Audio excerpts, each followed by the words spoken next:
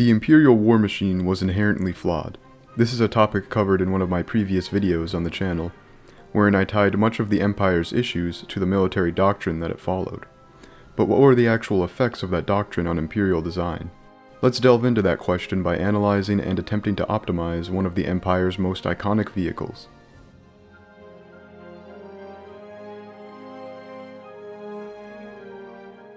As stated in my Tarkin Doctrine analysis, the all-terrain armored transport was a towering symbol of fear on any battlefield it was deployed to. The Walker has two notable variations, those being the earlier and much larger Mark I AT-AT and the later Mark II AT-AT, which was a relatively significant downsize from the first model. While menacing in their stature, both variants shared the same three critical weak points.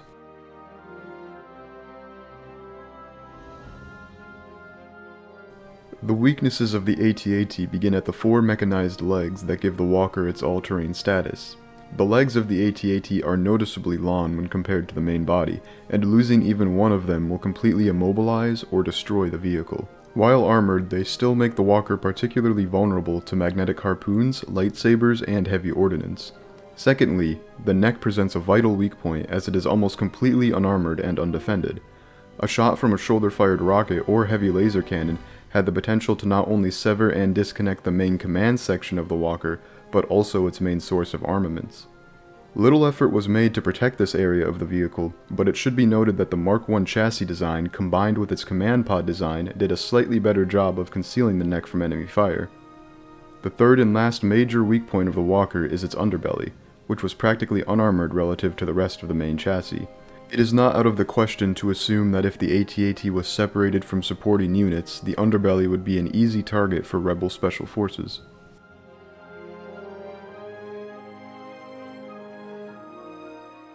Both the Mark I and Mark II AT-AT were functionally the same, and their aforementioned weaknesses have been exploited on more than one occasion. Both models did, however, possess their own design variations, some positive and others negative. The original Mark I variant was a larger and much bulkier Walker. It sported a dorsal-mounted twin laser turret that greatly increased the ability for the Walker to defend itself from starfighter attacks and distanced infantry assaults. The command pod came equipped with two temple-mounted anti-personnel laser turrets and two heavier chin-mounted laser turrets. Although it possessed more weapons overall, the firepower of this original design was lesser than its eventual Mark II evolution. This earlier version also had a different chassis and command pod design that allowed for slightly better protection and concealment of the vital neck area, although it was still fairly exposed. Considering the Empire's reliance on the Tarkin Doctrine, it's surprising that they phased out the much larger Mark I variant for a smaller package.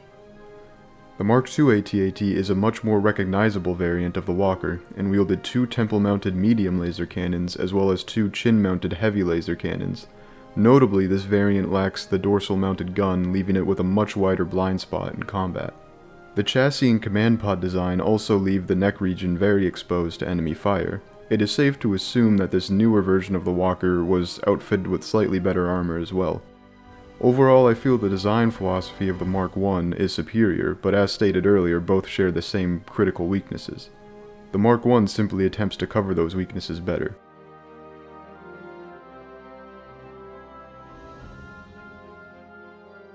To increase the AT-AT's effectiveness and survivability in combat while preserving its place in the confines of the Tarkin Doctrine, I believe there are a few simple changes and re-additions that could be made to a theoretical Mark III version of the vehicle. To start off, reintroducing the dorsal-mounted anti-starfighter turret would be a welcome addition to any Mark III AT-AT Walker.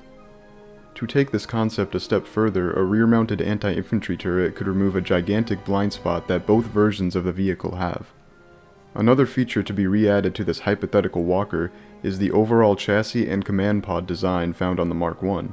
When it comes to the fragile neck present on the AT-AT, this is one of the only ways to provide somewhat adequate protection, aside from strengthening the neck itself, which I will assume was done on the Mark II anyway. In terms of firepower, I think it's safe to say that the Mark III would be fine sticking with the upgraded laser cannons introduced on the Mark II model. These heavier armaments combined with the dorsal and rear-mounted turrets would provide the Walker with less blind spots overall, while keeping its staggering caliber of power. It is important to remember the AT-AT's other purpose as a troop transport, which is why I will neglect to add any flank-mounted turrets on this design. When it comes to the size of this new walker, I think the smaller stature of the Mark II is a more efficient choice. The size of the Mark II is still awe-inspiring, and in truth, most opponents don't care about the exact dimensions of the walker they are fighting. They simply see a behemoth war machine on the march to destroy them. A smaller scale reduces the size of the walker as a potential target, and makes its weak points harder to hit, even if the difference is slight.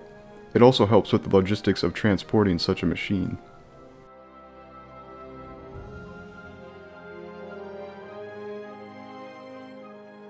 Even with the Mark III revisions, the AT-AT would still be vulnerable to all three of its major weaknesses I mentioned earlier. The core design of the vehicle revolves around dominating the battlefield with an aura of fear and supremacy, but as soon as rebel forces find and exploit the many shortcomings of the walker, its entire purpose falls apart. Nothing short of a complete and utter redesign would eliminate the inherent flaws of operating an elevated walker of its type. The AT-AT itself is not a useless vehicle, however, as it does provide a mobile platform for command purposes and troop deployment. It would be unwise to simply write off the pure firepower the AT-AT brings to the battlefields of the galaxy. It is also important to note that the Mark I and Mark II variants of the AT-AT could still prove to be devastatingly effective machines of war, given that they were deployed with ample support vehicles like the AT-DP or AT-ST. But when it comes to all-terrain heavy assault vehicles, I feel that options like the A6 Juggernaut provide a highly reliable and efficient alternative compared to what the Empire decided to field in its many campaigns.